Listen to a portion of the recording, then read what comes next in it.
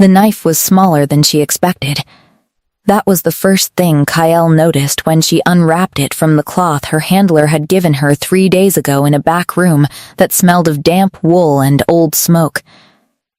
She had expected something impressive, something that matched the weight of what she was being asked to do. Instead, it was a thin blade, barely longer than her palm, with a handle wrapped in cracked leather that someone had repaired badly with twine. It would have to be enough. She sat on the edge of the narrow bed in the servants' quarter she had been assigned to and turned the blade slowly in her fingers. Outside the window, the northern capital spread across the mountain in tiers of pale stone and torchlight. And somewhere above her, 3 floors up and behind walls thick enough to swallow sound, the Alpha King slept. Or didn't sleep. She had been told he rarely did. Her name was Kyle. Not the name she had been born with. That name had died with her village 6 years ago, along with everyone in it. Kyle was the name her handler had given her when she was 17 and hollow-eyed and willing to do anything to stop being hungry. It was a good name for what she had become. Short, hard, easy to forget. She was 23 now, and she had done 9 jobs in 6 years, and she had never once been afraid before walking into one. She was afraid now. She told herself it was the cold. The northern mountains had a specific kind of cold that wasn't just temperature. It was pressure. The weight of altitude sitting on your chest like a hand. She had grown up in the eastern lowlands where the air was wet and warm and smelled of river mud, and this dry, thin, knife-edged cold was something her body didn't understand yet. That was what she told herself. She rewrapped the blade and tucked it under the thin mattress and lay back and stared at the ceiling and listened to the sounds of the palace settling into night. Distant footsteps. A door somewhere. The low sound of wind finding gaps in old stone. She had been inside the northern fortress for 4 days, working as a kitchen runner, which meant she carried things from one place to another and kept her eyes down and her mouth shut and learned the rhythms of the place. When the guard shifts changed. Which corridors were empty at which hours. Where the Alpha King moved during the day, the great hall in the mornings for council, the training yard at midday, the upper library in the evenings. The library was the gap. He went alone. His guards waited outside the door. Her handler had told her this, and she had confirmed it herself by finding a servant's passage that ran behind the library's north wall, close enough that she could hear when someone moved inside. Tomorrow evening. That was the window. She closed her eyes and tried to sleep and lay awake for 3 hours instead. The kitchen started before dawn, and Kale was there, moving between the prep tables and the hearths with the focused blankness that had kept her alive through 9 jobs. She carried, she fetched, she refilled water pitchers. She swept ash from the smaller cooking hearth and replaced it with fresh wood. And she watched, the way she always watched, from behind eyes that gave nothing away. It was a skill. The emptiness. She had learned it early, not as a trained assassin trick, but as a child's survival mechanism, the particular stillness of a person who has learned that being noticed is dangerous. Her handler had recognized it when he found her and said it was the most valuable thing she had. Better than her speed, better than her aim. Better than the cold precision she had developed over years of difficult work. "You look like nobody," he had said. "That is everything." She was carrying a tray of bread through the upper corridor when she saw the Alpha King for the first time. She had expected him to look powerful. She had not expected him to look tired. He was walking with 2 of his commanders, and he was half a head taller than both of them, broad through the shoulders in the way of men who have been doing hard physical work since they were old enough to lift something. His hair was dark, and his jaw was sharp, and his eyes, even at this distance, were the particular pale gold that all the stories described. But he was rubbing the back of his neck with one hand while one of his commanders spoke, and the gesture was so ordinary, so entirely human, that it stopped something in her chest for just a second. She kept walking, eyes down. Nobody. She was almost past them when he looked up, not at her face, at her. She felt it before she saw it, some animal awareness of attention, the way the air changes when something large and predatory focuses. She kept her eyes on the floor and kept moving, and did not change her pace by a single beat, and the moment passed, and she turned the corner and stood with her back against the cool stone, and breathed slowly, until her heart stopped doing what it was doing. He had not seen anything. She was a kitchen runner with a tray of bread. She was nobody. She repeated this to herself several times. It helped less than it should have. That evening, she positioned herself in the servants' passage behind the library wall 2 hours before he was due to arrive, because her handler had drilled into her that early was the only acceptable approach to timing. She stood in the narrow dark with the small blade in her hand and the cold stone at her back, and listened to the palace. She heard him arrive. The door. The particular silence of someone settling into a room and becoming comfortable in it. A chair. Pages. She found the panel her handler had described and pressed it, and it gave inward, slow, and almost silent. The library was lit by a fire and 2 oil lamps on the reading table, and the Alpha King was sitting with a book, and he did not look up when the panel opened. He said, without lifting his eyes from the page, "I was wondering when you were going to come through that wall." She did not move. Every instruction she had ever been given said the same thing about moments like this if you are compromised. Create distance and exit. Do not engage. Do not speak. The job is over. Get out. Report back, and the handler decides what comes next. Her feet did not move. The Alpha King turned a page. He still had not looked at her. "There is a chair," he said, nodding toward the one across the reading table, "if you prefer not to stand in a doorway with a knife." Kale's hand tightened around the blade. Her exit was behind her, the panel still open, the passage still dark. She could be gone in 4 seconds. She had timed the route. She did not take it. What she did, and she would not be able to explain this later, not to herself, and certainly not to her handler, was step into the library and let the panel click shut behind her. The fire threw orange light across the floor. The room smelled of cedar and old paper and something else, something that she couldn't name, the particular scent of a person who had been somewhere specific long enough to leave traces of themselves in the air. She stood 6 feet from the reading table and looked at the most powerful alpha in the Northern Territory and said nothing. He set the book down, face down, open, the way someone does when they intend to come back to it. Then he looked at her, and she understood immediately what the stories had gotten wrong about his eyes. They were pale gold, yes, that part was accurate, but the stories made it sound decorative, like a wolf's eyes in the light, catching and reflecting. These eyes were not catching anything, they were looking at everything. The kind of attention that didn't miss. He looked at her the way she looked at rooms she was about to move through. All of it, at once, and quietly.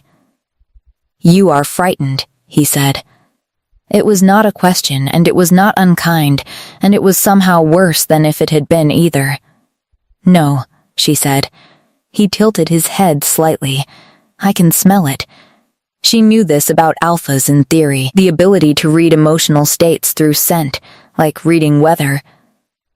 She had accounted for it in her planning, which was why she had spent 4 days in the kitchen surrounded by smoke and grease and the overlapping scents of 40 people, trying to make herself into something ambient and unreadable. It had clearly worked until this moment, which meant he had smelled her fear through the wall, before she had even opened the panel. This changed certain things about how tonight was going to go. Fear is a physiological response, she said. It doesn't mean anything about intent. Something moved in his face. Not quite a smile. You are a trained one. She said nothing. He leaned back in the chair and crossed his arms, and the firelight caught the edge of his jaw and the thin scar above his left eye, and he looked at her with that quiet, total attention. Where did they find you? That's not relevant. Who sent you? She was quiet. You are not going to tell me. No, he nodded, as if this was reasonable, as if this was a conversation between two people discussing something ordinary. She had walked into his library with a blade, with the specific intention of ending his life, and he was treating it like a mildly interesting interruption to his reading. This was not how this was supposed to go. She had done 9 jobs. She had never gotten to this point in any of them, the part where the target was awake and watching and aware. Her work had always been cleaner than that, faster, the specific mercy of not knowing. She had told herself this was the merciful part. The speed. Looking at him now, she understood that she had been telling herself this because it was easier than the alternative. He said, "Try again tomorrow." She blinked. What? You came here to do something. He picked the book back up. You are not going to do it tonight. You can see that. I can see that. So, he opened to the page he had been on. Try again tomorrow. You know where the panel is. The absolute strangeness of what he had just said took a moment to reach her completely. You are telling me to come back, she said slowly, and try to kill you again. I am telling you that you came here tonight and you did not do what you came to do, and we should both acknowledge that and not pretend otherwise. He turned a page. Whatever is stopping you will either resolve itself or it won't. If it does, you know where to find me. I am here most evenings. You are not afraid of me, she said. I didn't say that. You smelled fear. That was mine, not yours. He looked up from the book. I have been king for 11 years, he said. I have had 4 serious attempts on my life and 7 that were not serious at all. I learned a long time ago that being afraid of people who want to kill me doesn't change whether they do it. What changes it is understanding what they want more than they want to do the job. He paused. Tonight. Whatever that is, it's stronger than your training. She stood in the firelit library with a blade she hadn't raised and looked at the man she had come here to kill and felt, with a clarity that frightened her more than anything else had tonight, that he was correct. I won't come back, she said. All right, she found the panel and went back into the dark passage and stood there for a long time with her back against the wall and her heart doing something uneven and strange, listening to the sound of a page turning on the other side. She came back the next night. She told herself it was to finish the job. This was not entirely a lie. There was still an objective, still a handler expecting a report, still a very small and practical part of her brain that understood that failing to complete an assignment had consequences she was familiar with and preferred to avoid. She climbed into the servants' passage at the same hour and stood in the dark and listened and heard the familiar sounds of someone settling into the library, the chair, the pages. She pressed the panel. He did not look up this time either. He had a different book. I did not think you would come back, he said. I told you I wouldn't. You did. He turned a page. That chair is still there. She looked at the chair. It was a plain thing, solid dark wood with no cushion, the kind of chair that furnishes a room because rooms need chairs, not because anyone thought carefully about comfort. She had been standing for the better part of 2 hours in a narrow stone passage. She sat down. The fire was lower than the night before, the room a degree or two cooler, and the lamps on the table cast a circle of warm light that made everything outside it feel very far away. The Alpha King read. She sat in the chair across from him and did not move, and the silence between them was strange because it wasn't uncomfortable, and an uncomfortable silence was the only kind she knew. After a while he said, without looking up, "Are you planning to read something, or just sit there? I'm deciding whether to kill you. You have been deciding that since yesterday evening." He turned another page. "You are a slow decider. I'm thorough." Something changed in the corner of his mouth. "There are books on the shelf behind you. The ones on the right half are more interesting." She did not turn around. She looked at him across the reading table instead, at the way the lamplight sat on the sharp angles of his face, at the particular stillness he had that was different from her stillness. Her stillness was trained, a thing she had built deliberately over years. His felt like it had always been there, a natural depth, the stillness of something large and old that did not need to announce itself. "How did you know I was in the passage last night?" she said, "before I opened the panel." He set the book down properly this time, not face down open but closed with his thumb holding the page. "Your breathing changed when you found the right panel. Through the stone. I have very good hearing. That should not be possible. And yet." He opened the book again. She thought about this.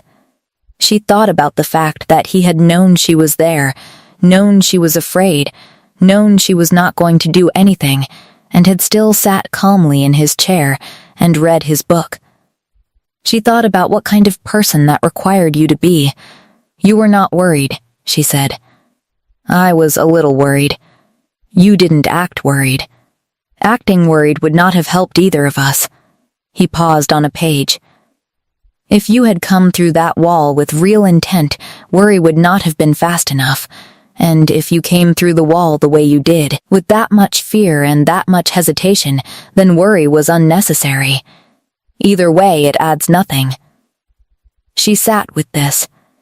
"That is an unusual way to be," she said finally. "Probably," he glanced up briefly. "What is your name?" She nearly said Kyle before she caught herself. It was the name she used, but for reasons she did not examine directly in that moment, she did not want to use it here. She did not want to give him the name her handler had given her, the name that belonged to the version of herself that was sitting in this chair for professional reasons. "Kyle," she said, because she had no other name that was still hers. He repeated it once, not tasting it, not with any particular weight, just confirming that he had it. "I'm Reese."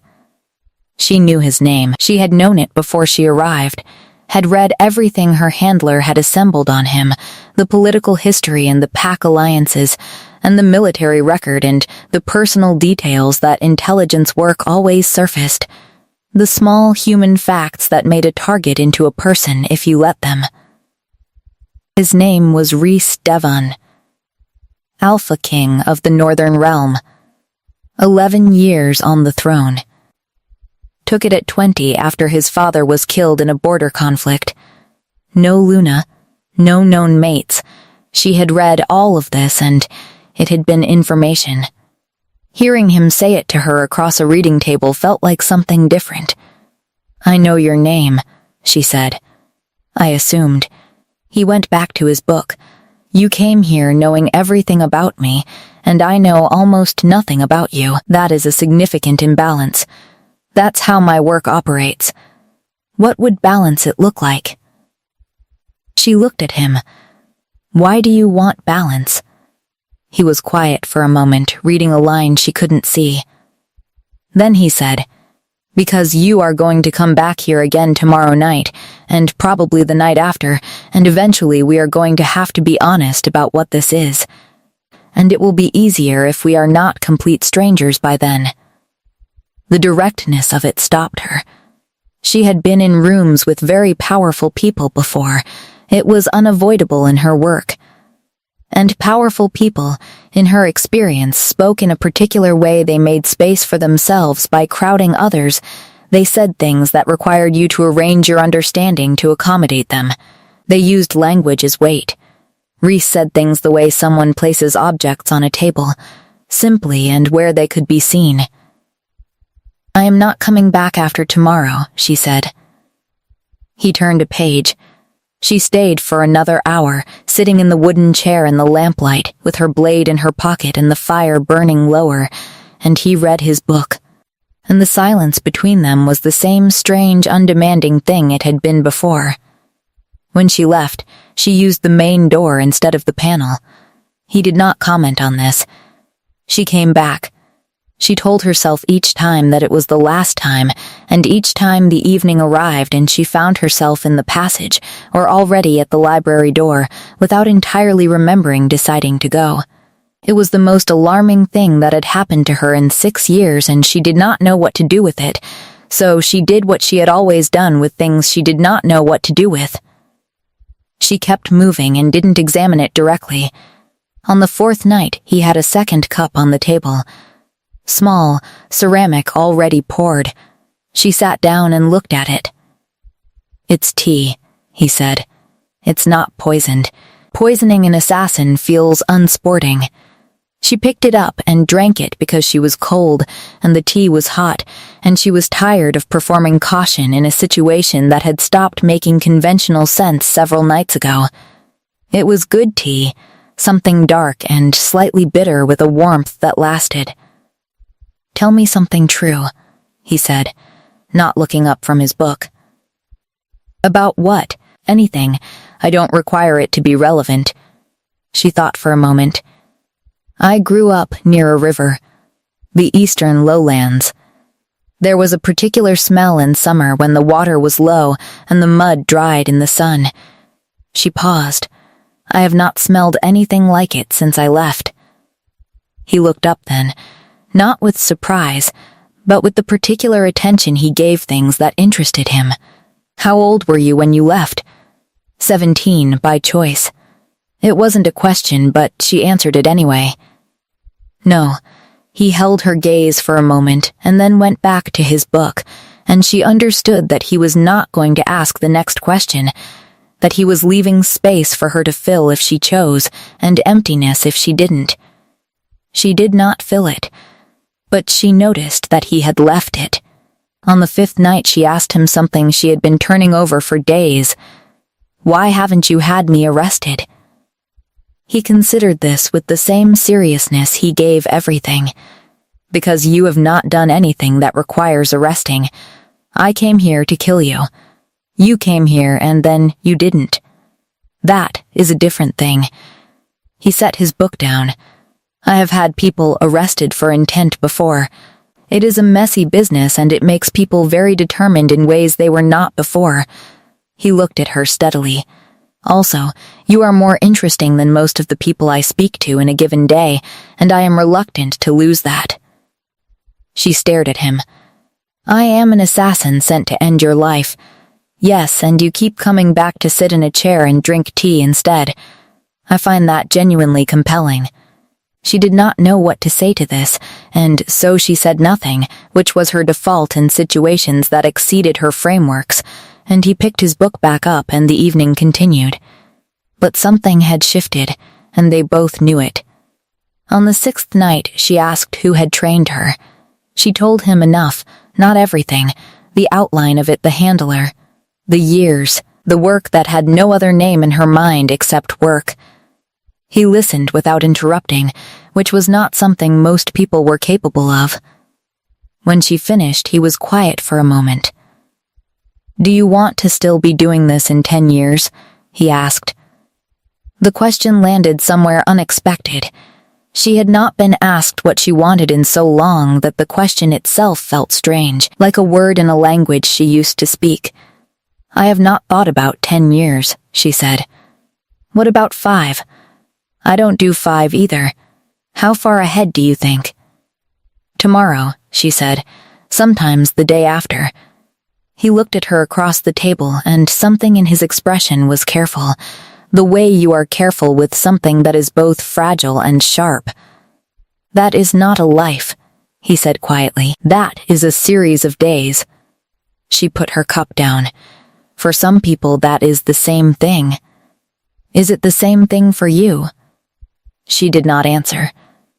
She looked at the fire instead, at the way the coals had settled into a steady orange glow without much flame, the kind of fire that would last through the night without needing attention.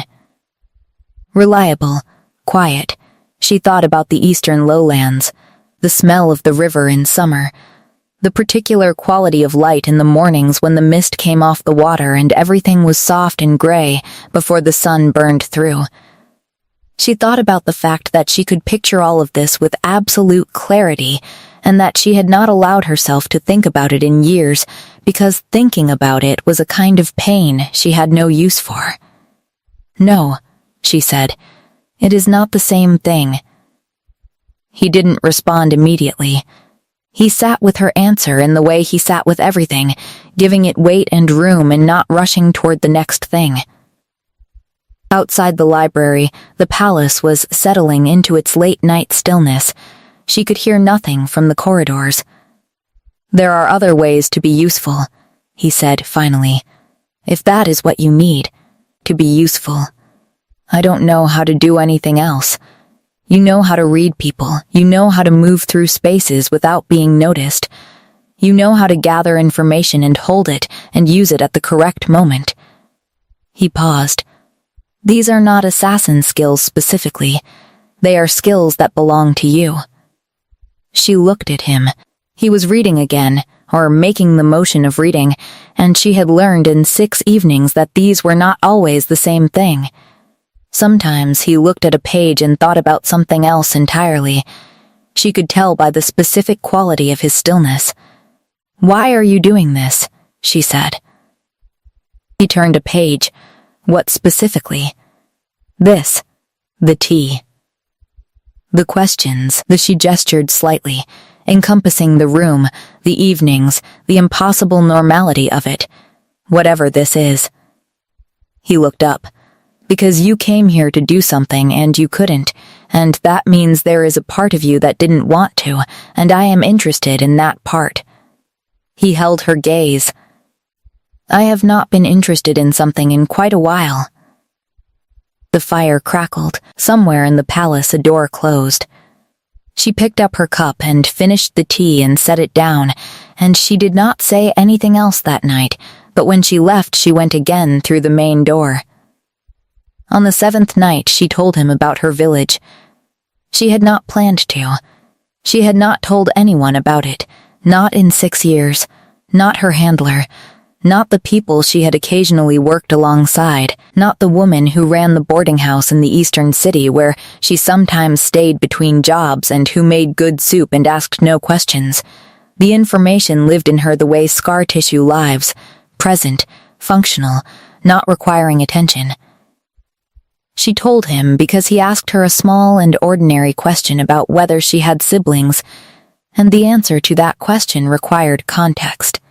And before she understood what she was doing, the context was coming out of her in short, plain sentences that did not ask for anything in particular, not sympathy, not a response, just somewhere to exist outside of her, for a few minutes. She had 2 brothers.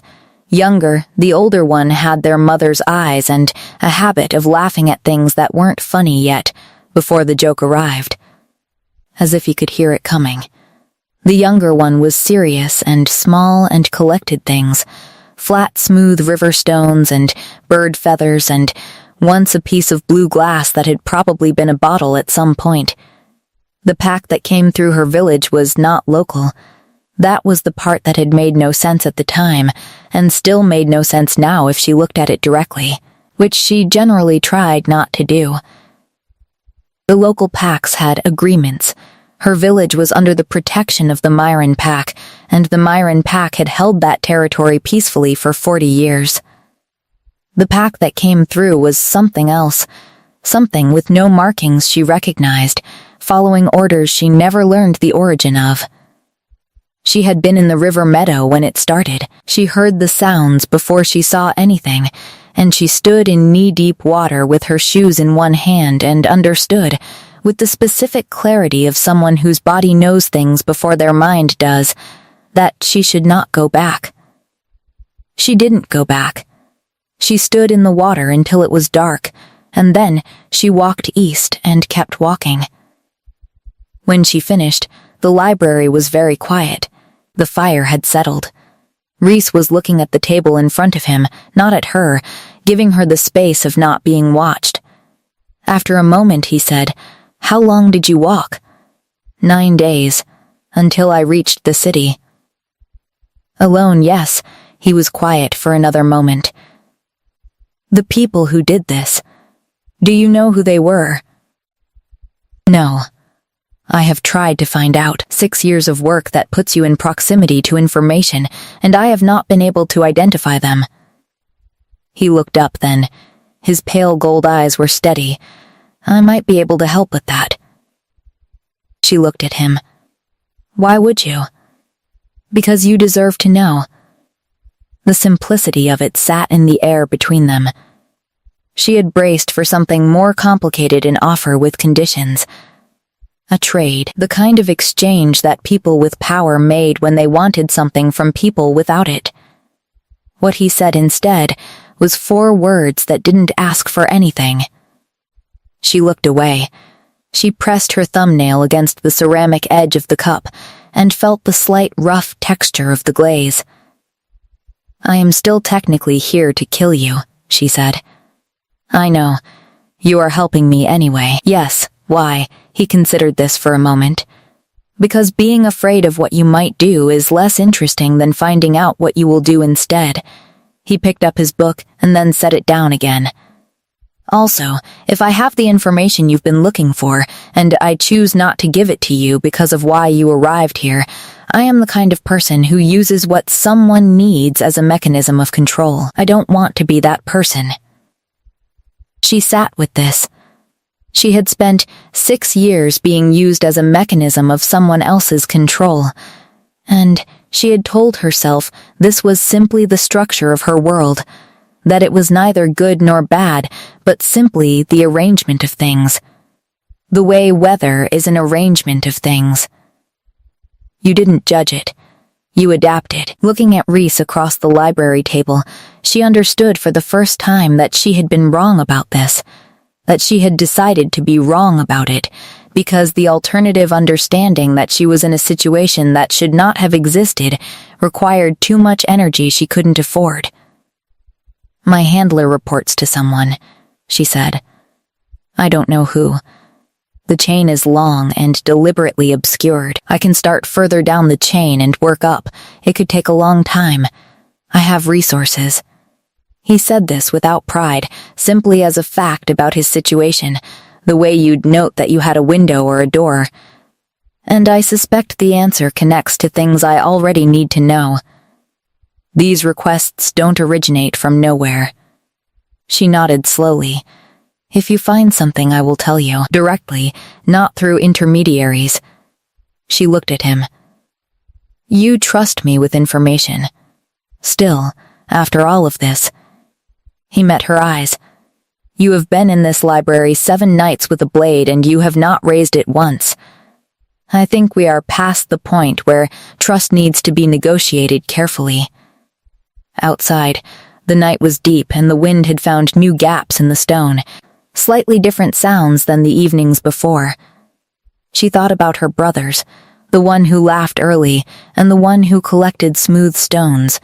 She thought about the way the river had felt in summer, cold around her ankles and the light on the water. Tell me something true, she said, turning his question from the first night back to him. He didn't hesitate. I am the most powerful alpha in this territory, and I am also the loneliest person in most rooms I walk into. I have been trying to decide for 11 years whether those 2 things are connected or just coincidental. She looked at him for a long time. They are connected, she said. He nodded once, slowly, as if she had confirmed something he already suspected. The fire burned low. Neither of them moved to add wood. The handler came on the 8th day. Not in person, he never came in person, which was one of his consistent qualities and one she had once considered professional and now considered cowardly. He sent a message through the secondary route they used, a small folded paper left in the hollow of a specific loose stone in the lower market corridor, which she was expected to check every 3 days. She had been checking it every day. The message was 6 words: status, confirm completion or explain delay. She stood in the lower corridor with the paper in her hand and the stone in the other and looked at neither of them. Around her, the market was moving through its midday business. Voices and footsteps and the smell of bread and something being cooked with too much salt. Someone's child ran past her with a wooden toy. She put the paper in her pocket and went back to work. She did not write a response. She thought about this choice carefully, which was itself new because the work had never involved choices the way she was thinking about choices now. The work had involved decisions, which were different, fast, functional, requiring no particular examination. Turn left or right. Use this route or that one. Wait or move. These were questions with correct answers that you identified and executed. What she was doing now was not a decision. It was something slower and more structural, the kind of thing that rearranged what came after it. That evening, Reese was already in the library when she arrived, which was unusual. He was standing at the window instead of sitting at the table, looking out at the city below, and he turned when she came through the door, and something in his expression shifted slightly in a way she had learned to read over 8 evenings. It was the expression he had when something had been sitting with him for a while.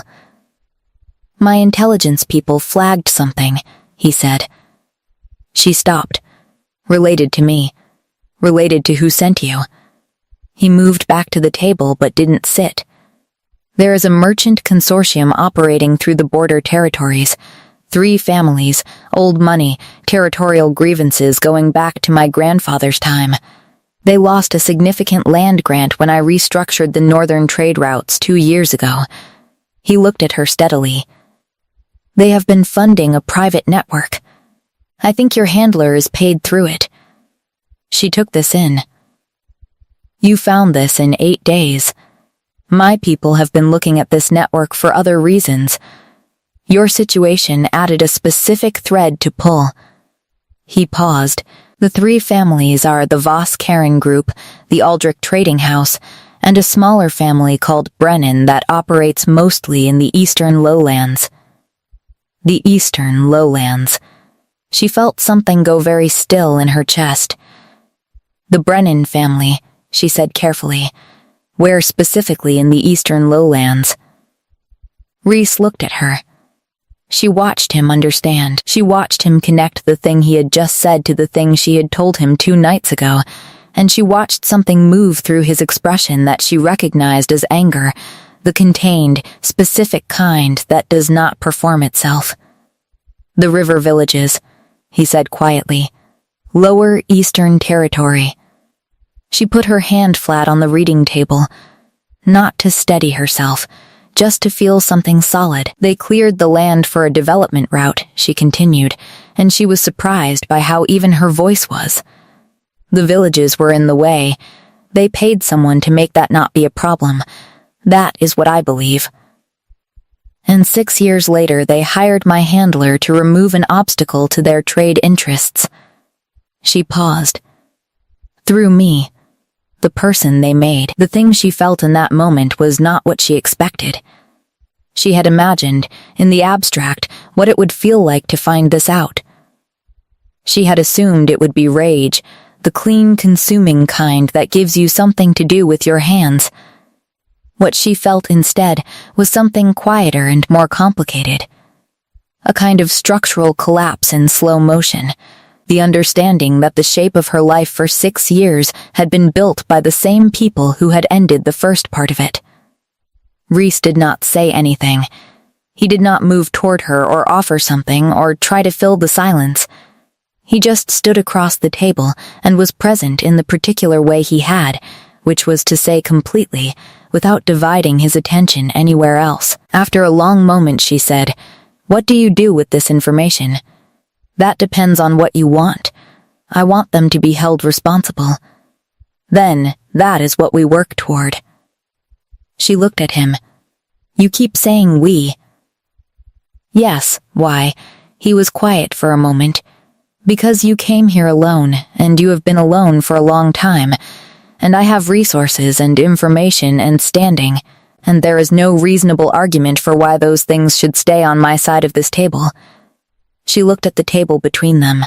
It was a plain table, old wood, dark with age and use, with a small scar near one edge that might have been a burn or might have been something else. An ordinary table in a library where an assassin had been having tea with the man she had come to kill for 8 nights. "If I help you bring them to account," she said slowly, "what does that make me? Here, in relation to you." Rice held her gaze.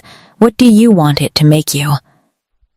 It was the second time he had asked her what she wanted, and it landed the same way it had the first time, in a place that was not accustomed to being addressed.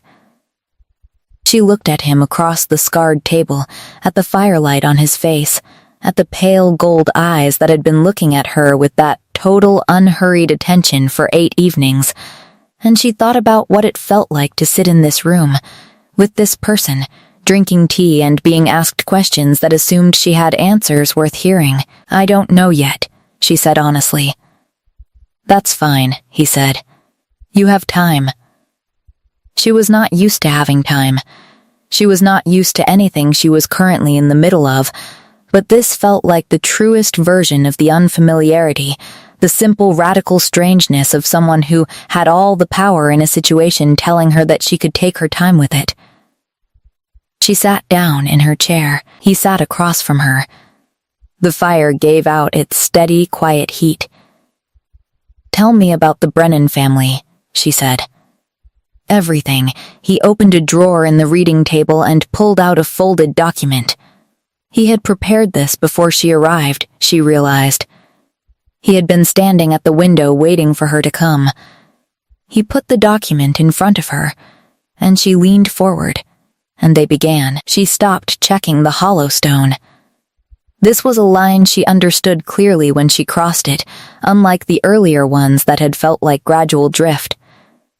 Not checking the stone was a decision with a specific meaning. It said, "I am no longer operating within this arrangement." It said, "The job is over," and not because it was completed. It said something she was not ready to say directly, but was apparently willing to say through action, which had always been her more honest language anyway. The handler would send someone eventually. She knew this. She was not naive about the machinery she had been part of for 6 years, and she understood that people who ran networks like his did not simply absorb a missing operative as an acceptable loss and move forward. Someone would come. She had perhaps 2 weeks before that happened, possibly 3. She told Reese on the 9th night. He listened to the full shape of it, the timeline, the probable response, the options as she saw them. She had already mapped 3 exit routes from the palace and 2 from the city, old habit, the kind that didn't switch off. She told him these too. He listened to all of it and then said, "You are not leaving." She looked at him. "You do not get to decide that." "You are right." He leaned forward, elbows on the table. "I am not deciding it. I am disagreeing with the premise.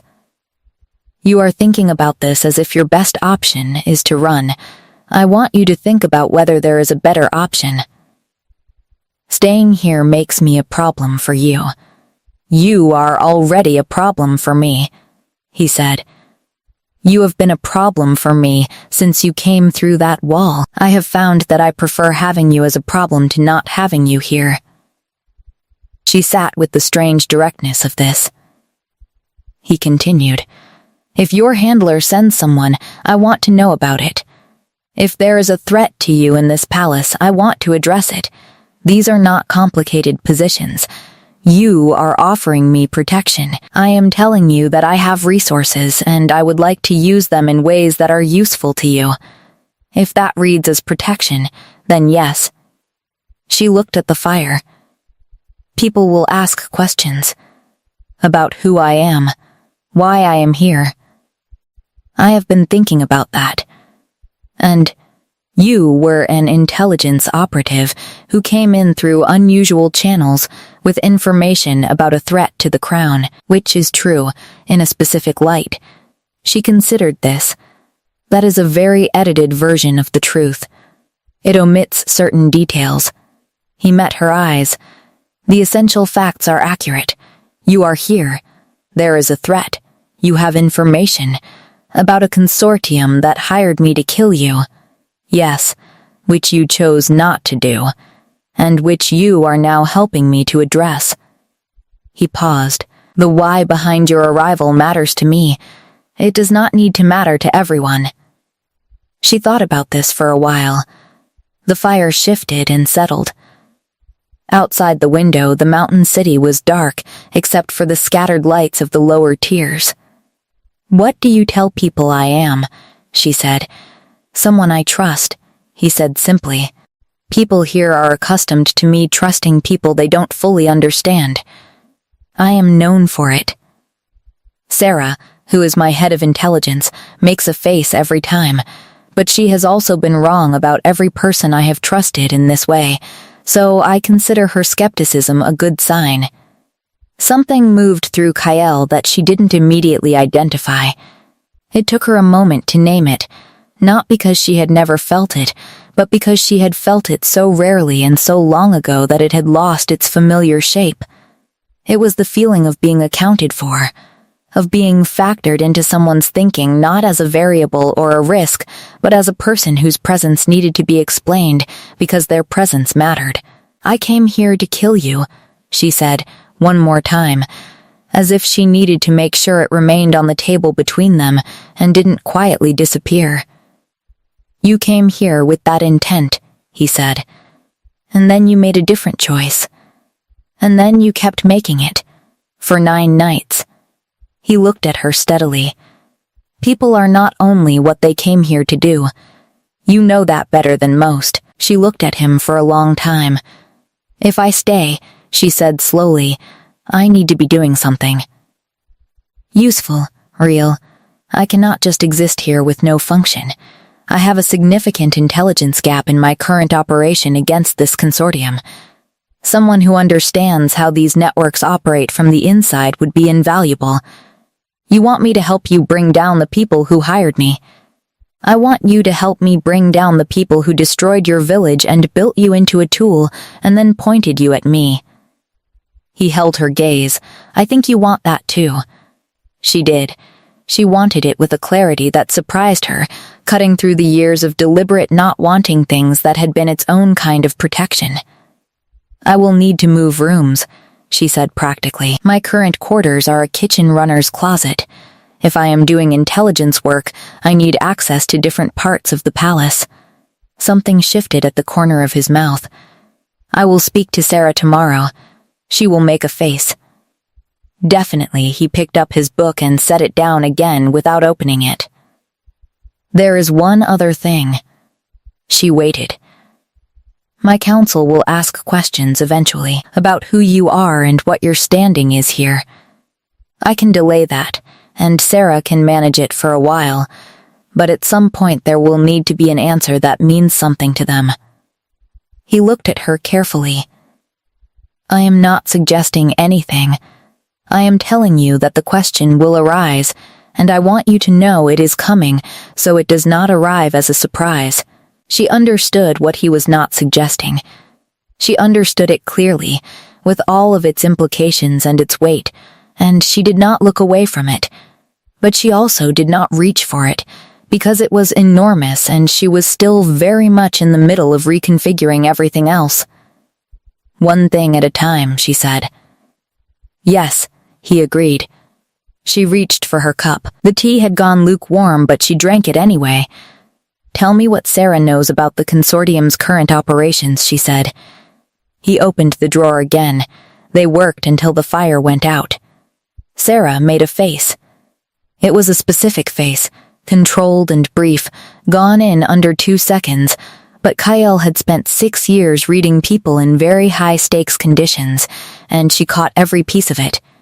The slight narrowing at the eyes, the small compression of the mouth, the barely there shift of weight that said, I have concerns I am not going to voice right now, but will absolutely voice later when I have the king alone. Sarah was exactly what Kyle had expected from Reese's description, and nothing like what she had imagined. Medium height, close-cropped silver hair, ink-stained fingers, eyes that inventoried a room the way Kyle inventoried rooms, quickly and with specific purpose. She smelled of leather and cold air and the particular dry smell of documents handled regularly. She looked at Kyle with the careful attention of someone who was very good at their job and was currently applying all of it. Unusual channels, Sarah said. Yes, Reese said. How unusual. Very, a pause. Sarah looked at Kyle. What did you do before? Intelligence work, Kyle said. Private networks. Which ones? I am not going to tell you that yet. Sarah's eyes moved to Reese. He said nothing. She looked back at Kyle. Another small assessment pause. Eastern Lowlands background, Sarah said. I can hear it in the consonants. Yes, the Eastern Lowlands are interesting to me right now. I know, Kale said. That's why I'm here. Something shifted in Sarah's expression. The skepticism was still there, but something else had joined it, not warmth exactly, but the professional recognition of someone who communicates efficiently. Sit down, Sarah said. Tell me what you know about the Brennan family's Eastern operations. Kyle sat down and talked for 2 hours. She did not tell Sarah everything. She did not tell her how she had arrived here or what her original purpose was.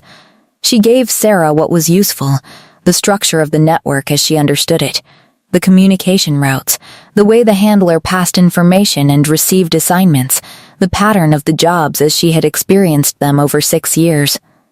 She gave Sarah the bones of the thing, the architecture, leaving out the details that would require explaining too much too soon. Sarah wrote. She wrote a great deal, small tight script in the margins of existing documents and on new paper, and she asked precise questions that told Kyle exactly what she already knew and where her gaps were.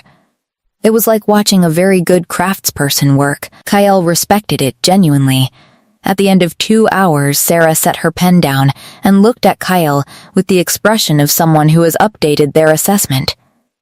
You have been inside this network for 6 years, Sarah said. Yes, and you are now outside it. Yes, that is a significant shift. What caused it? Kyle was quiet for a moment. I found out who ultimately funds the operation. Sarah glanced at Reese. He was leaning against the wall near the window, arms crossed, watching, as he had been for the past 2 hours. He gave Sarah nothing with his expression. Sarah looked back at Kale. She was deciding something. Kale could see it, running a calculation that involved more variables than Kale had access to. We have been trying to build a case against the Brennan Consortium for 14 months, Sarah said finally. We have good documentation of the financial structure and the territorial violations.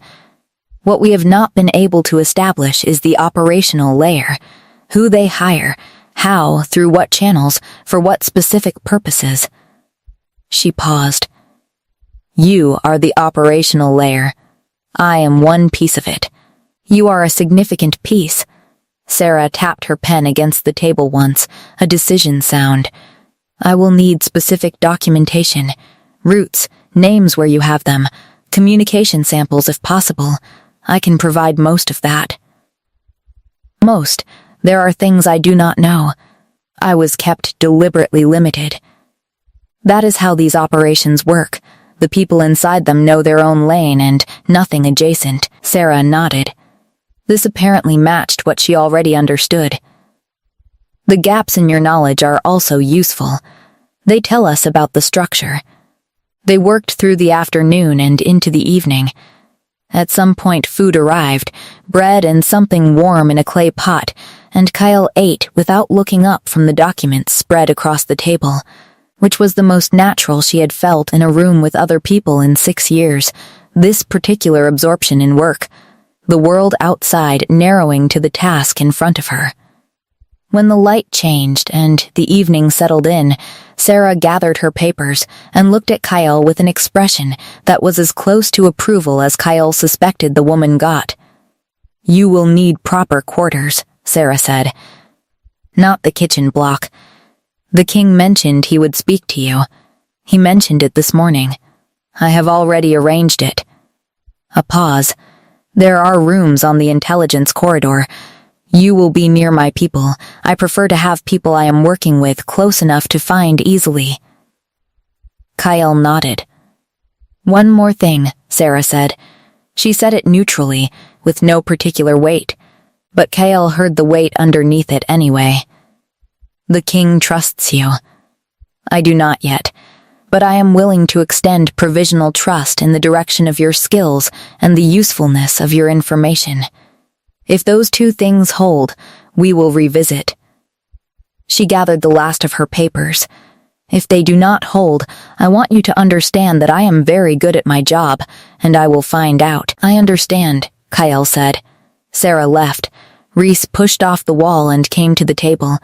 He looked at the documents she had spread across it, the map of the network she had drawn from memory, the names and routes and patterns. "She likes you," he said. Kyle looked at him. She made the face. She makes the face with people she is going to trust eventually. She has a different face for people she is dismissing entirely. He picked up the edge of one of her documents, looking at the network map. "This is very good. I have had 6 years to learn it. It will break the case open." He set the document down. "Sarah has been working toward this for over a year. You have given her the layer she was missing." Kyle looked at the map she had drawn, the lines connecting names to names, the routes she had traveled, the cities and the hollow stones and the back rooms smelling of damp wool. The architecture of 6 years. "It was not a good use of 6 years, she said. No, he did not soften this. But it was what they made it into. And now it becomes something else. She looked up at him. "Something else," she repeated. He met her eyes. Yes, she looked back at the map, her own handwriting mapping the thing she was dismantling. There was something in this that she could not name precisely but felt clearly, a kind of rightness, the specific satisfaction of a thread being used for something other than what it was made for, something better, something that actually held. The handler sent someone on the 11th day. Sarah's people identified the operative before he was inside the city walls, which said something about how good Sarah's network was, and something else about how the handler had chosen someone less careful than the job required. Kyle had known operatives like this, people who were effective in controlled conditions and became visible when the conditions changed. They brought him to an interrogation room in the lower keep, and Sarah asked Kyle if she wanted to be present. She thought about it. Yes, she said. The operative was a man she had worked near twice, never directly with. He looked, in the context of a stone room with 2 of Reese's guards at the door, significantly less capable than he had in the context of a border city market where he had been comfortable and unobserved. He was frightened. She could read it in his posture, the way he held his shoulders, the very specific stillness of someone trying to appear still rather than actually being it. She knew this stillness. She had worn it. Sarah asked the questions. She was methodical and unhurried, moving through what she wanted to know in a sequence that appeared conversational and was entirely structured. The operative gave up what he knew faster than he should have, but Kyle had learned long ago that most people did. That the idea of holding information under pressure was much more solid than the reality, that silence was a skill most people had never been asked to develop. What he knew was limited. The handler kept his operatives lean on information, as Kyle had told Sarah. But the pieces he had, the contact route he used, the account he drew payment from, the name he knew his immediate contact by, these were the pieces that slid into the spaces in Sarah's documentation and completed things. When he was done, Sarah nodded to the guards and looked at Kyle. "Anything you want to add?" Kyle looked at the operative. He was looking back at her with an expression that had moved from fear to a complicated mix of fear and something like betrayal, which she found she could examine without flinching. She understood the feeling. She had felt it herself, briefly, on the morning she had understood what the consortium was. "No," she said. "You got what matters." Outside the room, Sarah said, "The account he named routes through the Aldrich trading house. That is the second family. We now have direct financial connection between all three. Is it enough?" Getting closer, Sarah walked quickly, the way she always moved, like a person whose time was always already in use. "I need one more thing. The handler himself, or documentation that connects the Brennan family directly to the operational decisions. Not just funding." She paused at a corridor junction. "Can you get me that?" Kyle thought about it. "The hollow stone," she said. "If I send a response to his last message, something that makes him want to communicate in more detail. He is cautious over written communication, but there are things he will put down if he believes the situation requires it." "What things?" "Authorization. If I tell him the delay is because the situation is more complex than anticipated, and I need explicit instruction to proceed, he will give it in writing because he does not want ambiguity in his network." She paused. "He gives authorization in writing because it gives him control over the operative. If something goes wrong, the documentation exists. He has used it before to redirect blame." Sarah looked at her. "You are describing your own vulnerability in this system." "Yes, and you have documentation from previous jobs." Kyle was quiet for a moment, kept for my own protection, in case it was ever needed. Sarah's expression did not change, but something shifted in her eyes. The calculation running behind them updated.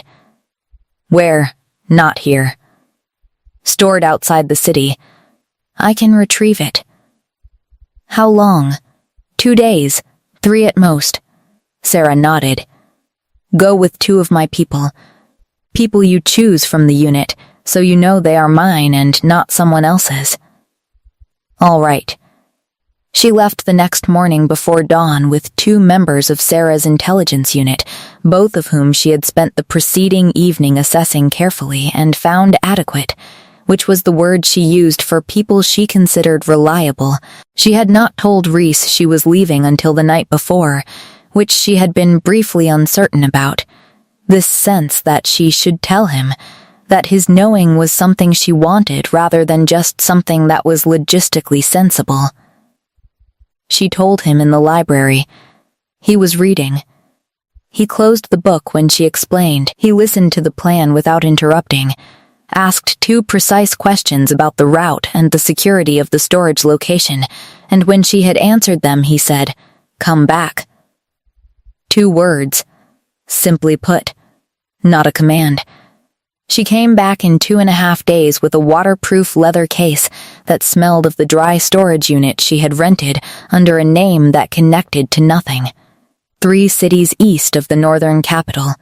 The case contained 6 years of careful documentation, original written authorizations, payment records, communication samples, a ledger of jobs with dates and payment amounts, and the names her handler had used at various times, because she had known, always, in the specific way of a person who understands that the arrangement they are in is not a safe one, that she might need this someday. She gave it to Sarah without reading through it first.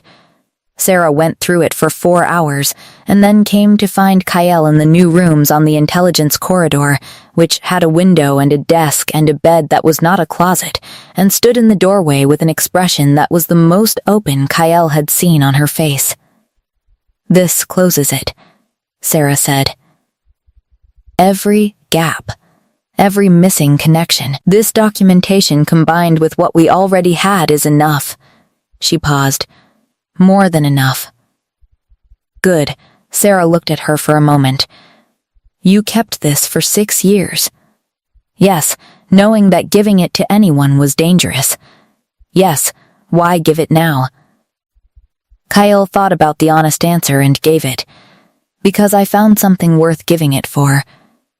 Sarah was quiet for a moment. Then she said, in a tone that was still professional, but had shed one layer of distance, "You are useful. And I mean that as the highest possible compliment." After she left, Kyle sat on the edge of the bed in the new room and looked at the window and the night sky beyond it and felt something she had not felt in a very long time. Not happiness exactly, which was a word she had complicated feelings about, but something adjacent.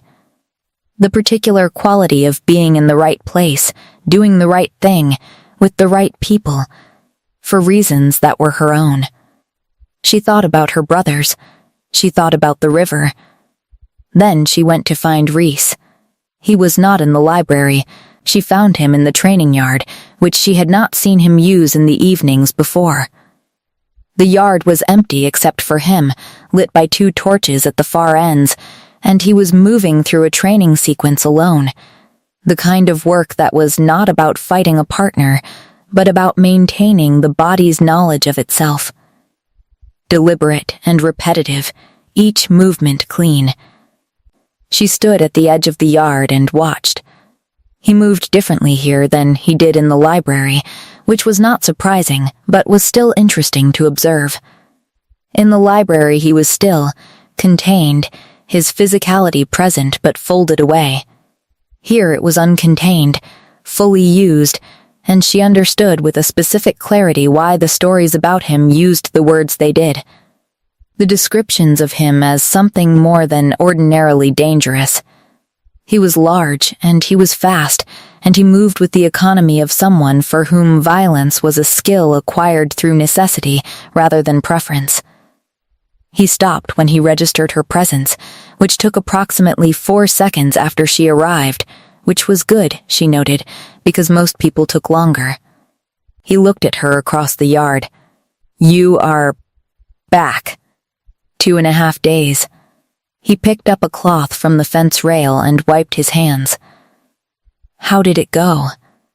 Sarah said it closes the case. Something in his posture shifted, a small settling, as if he had been holding something slightly tensed and had now released it. Good. She walked into the yard. The torchlight was warmer here than the library lamps, lower and more orange, and it caught the angles of his face differently.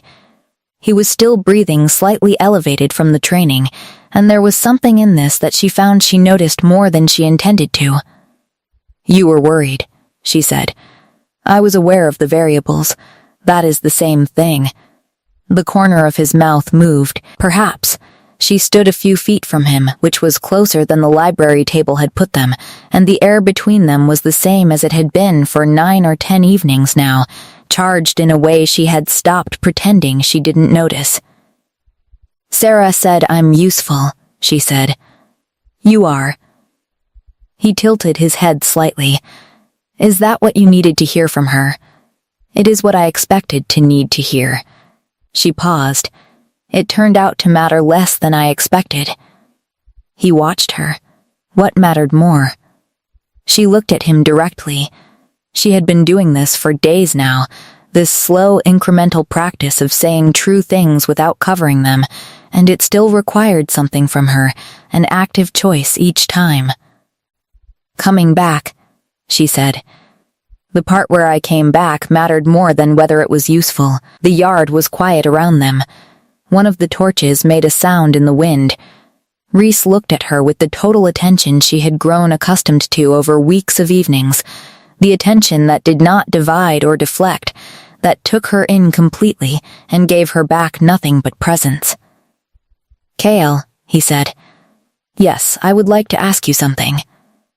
"All right, when this is finished," he said carefully, "when the case is closed and the consortium is addressed and the things that need to be dealt with are dealt with, what do you want? For yourself. Not for the work. Not for the outcome. For you."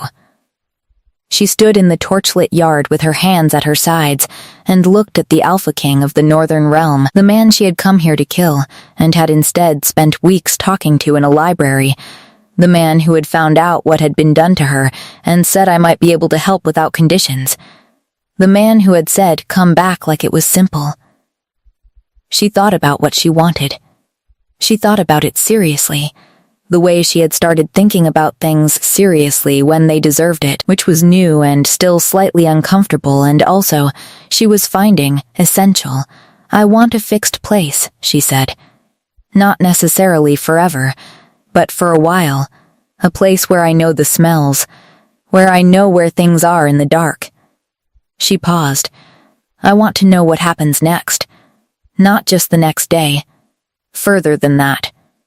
He was quiet for a moment. "That is available here," he said. She looked at him. "I am not pressuring you toward a specific shape of it," he said. "I am telling you that if you want to stay, there is room. There is a function that is real and useful. There is." He paused, briefly, and she saw him choose the next word deliberately. "There is a person here who would like you to stay. Apart from the function." She breathed out slowly. "I came here to kill you," she said, for what she thought might be the last time she needed to say it. "I know. And instead, I'm standing in your training yard at night and you are asking me what I want." "Yes." She looked at him for a long moment. The torchlight. The pale gold eyes that never stopped paying attention. The man who had poured tea and left silences and asked questions and given her documentation about the people who had destroyed everything she had been, not as an exchange, but because she deserved to know. She took one step forward, which closed the remaining distance between them.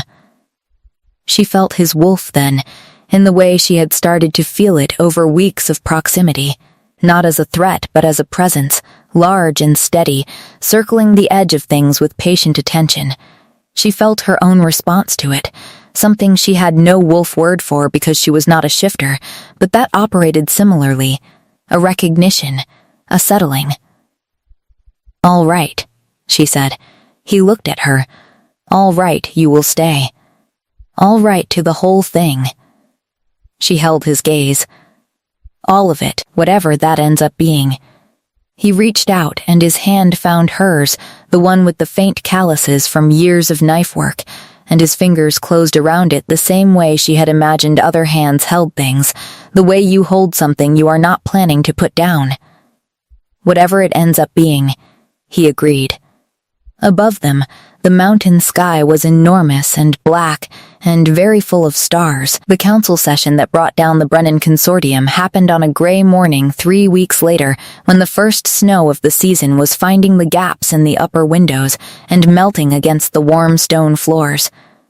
Kyle sat in the gallery above the great hall, which was not the council floor, which was intentional. Sarah had suggested it, and she had agreed. Not out of uncertainty about her standing, but out of understanding that the evidence should speak first, and evidence presented by a person whose history was complicated needed to be received before that person was introduced in full. She watched Sarah work. She was extraordinary, methodical, precise, relentlessly calm.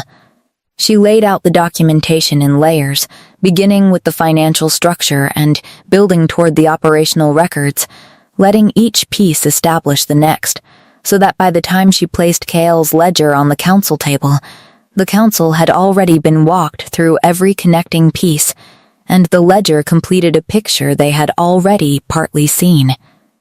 The 3 family representatives were present.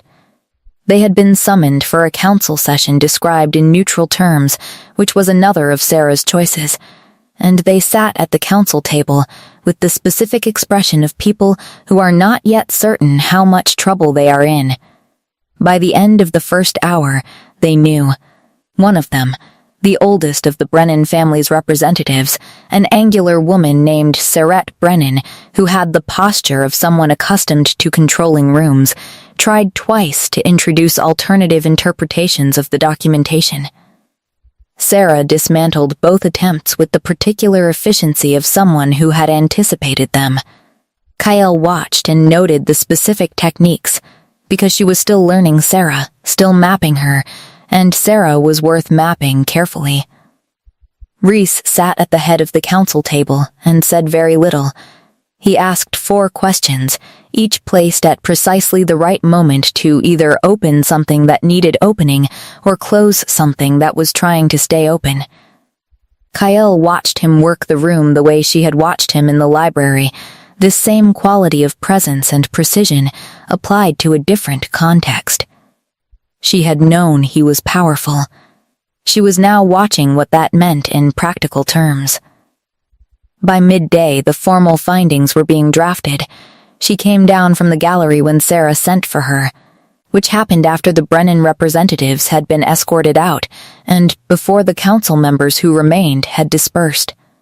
She walked into the great hall and felt every remaining pair of eyes in the room find her. The quick inventory that happened whenever she entered a space.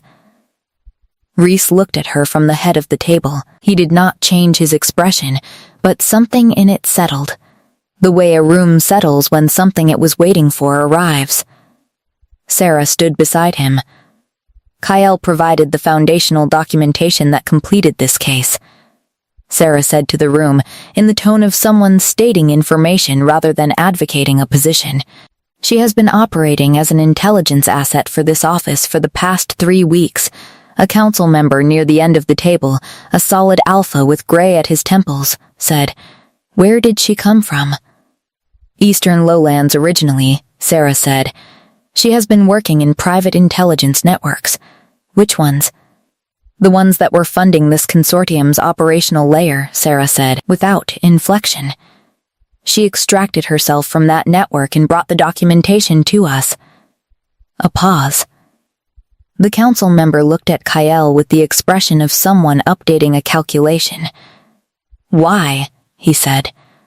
"The Brennan family funded the destruction of her village 6 years ago," Sarah said. "She had personal motivation to see this resolved." A longer pause. The room understood the shape of this. Reese said, "She is staying." Just those 3 words, said with the particular even weight he put on things that were not up for discussion. Her position will be formalized through Sarah's office. If anyone has questions about her standing, they can raise them with me directly. No one raised them.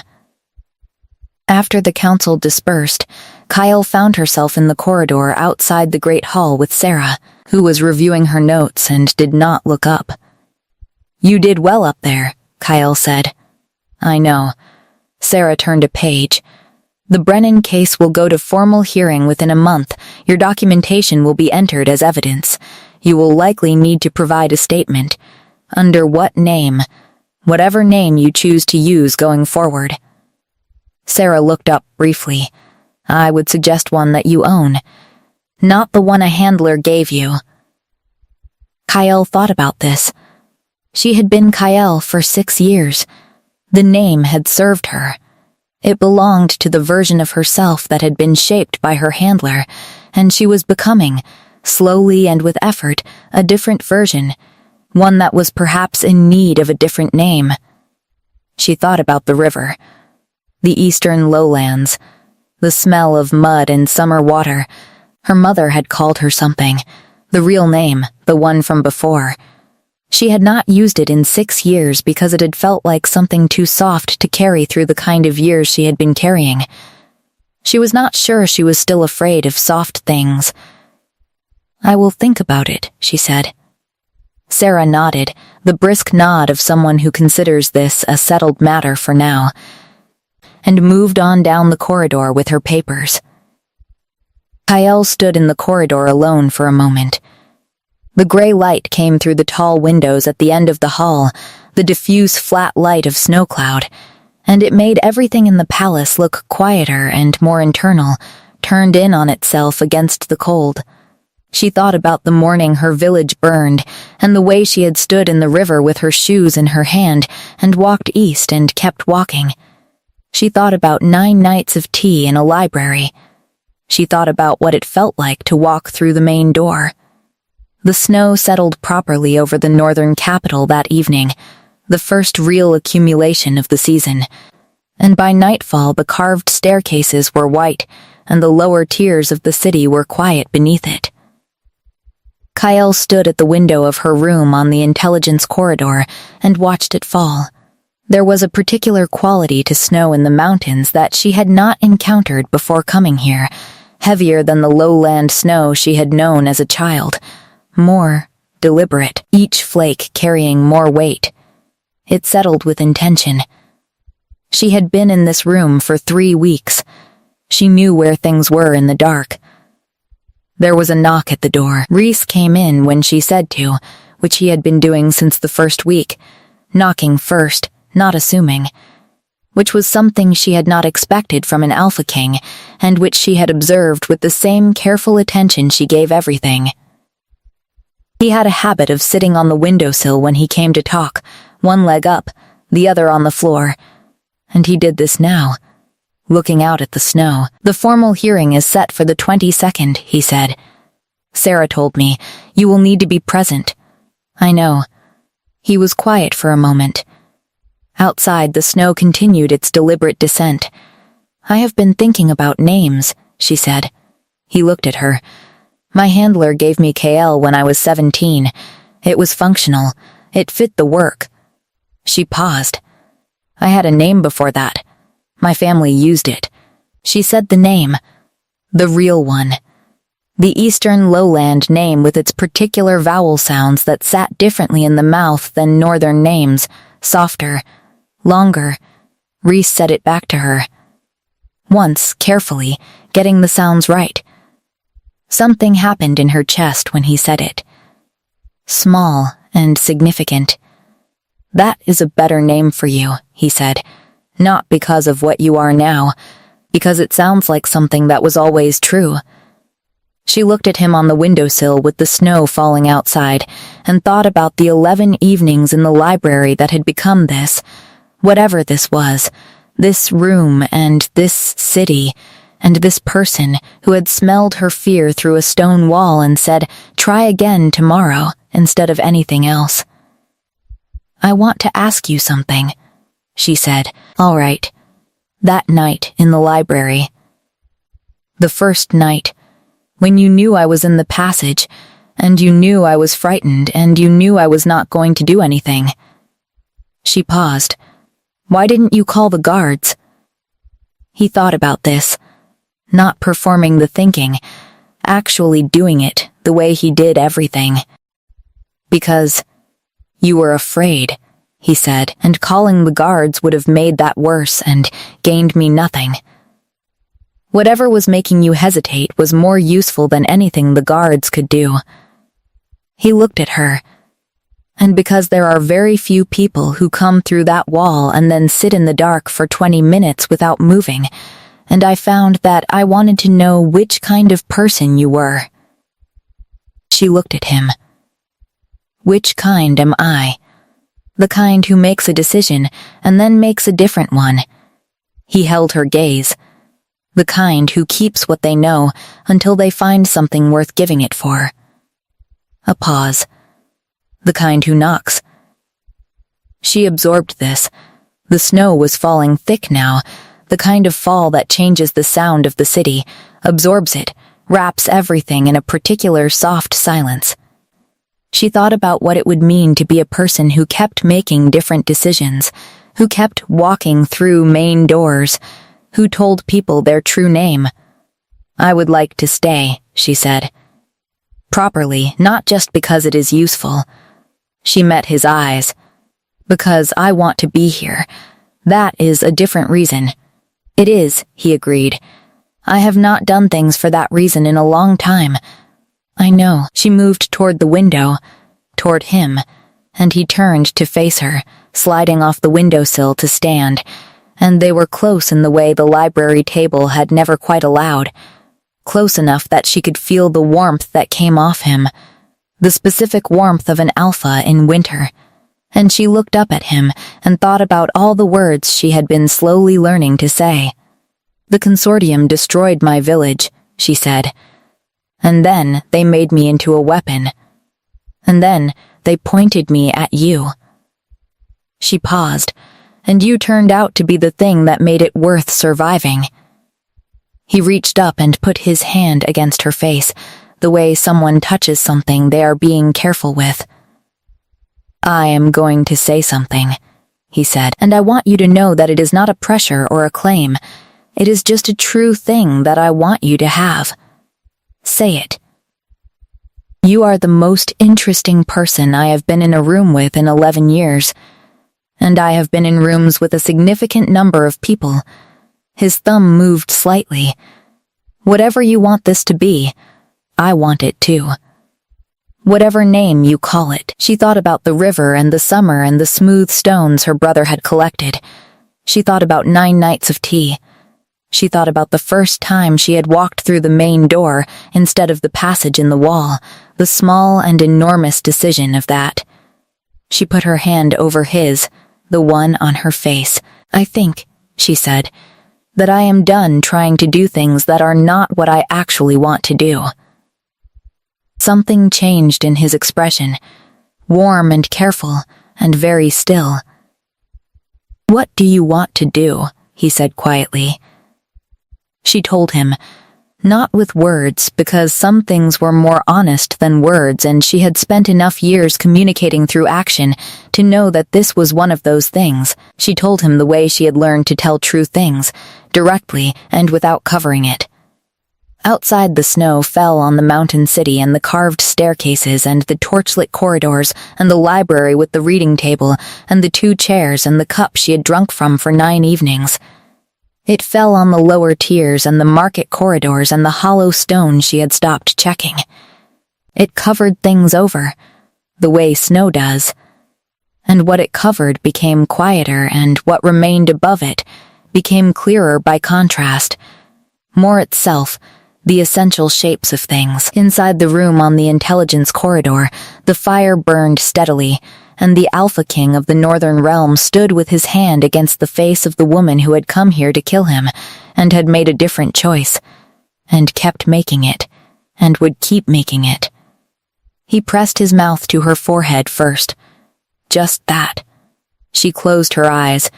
She felt the warmth of him through every point of contact, his hand on her face, his other hand finding her waist. The solidness of him, the absolute reliable reality of this particular person in this particular room.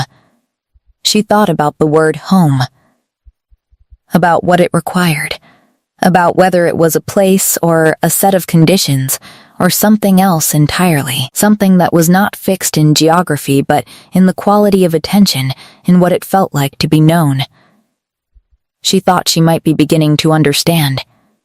She breathed in pine resin and cold air and the particular scent she had learned to associate with him, with safety, with evenings that stretched long and easy and full of pages turning. "Reese," she said. "Yes, I came back." His arms came around her. "I know," he said against her hair. "I was counting." Outside, the snow continued to fall, heavy and deliberate and permanent, and the northern city settled into white, and in the morning everything would look like it had always been this way, like this was simply the shape of the world. The assassin and the king and the library between them, and all the doors she had learned to walk through. She had come here with a blade and a fear she couldn't name. She was leaving something else behind, not the work, not the skill, not the careful, watchful intelligence she had built in 6 hard years. Those were hers. Genuinely hers in a way the work itself had never been. She was leaving behind the version of herself that had believed she was only what her handler had made her, only the name he had given her, only the narrow lane of use he had assigned. She pressed her face into the warmth of his chest and listened to his heartbeat, steady and real, and let the rest of it settle around her like the snow, like weight and silence, and the beginning of something new. She had tried again tomorrow. And the tomorrow after that, and every tomorrow had led here, to this room, to this warmth, to the extraordinary, ordinary fact of a person who had counted the nights she came back. She thought that was probably enough. She thought that was, in fact, everything,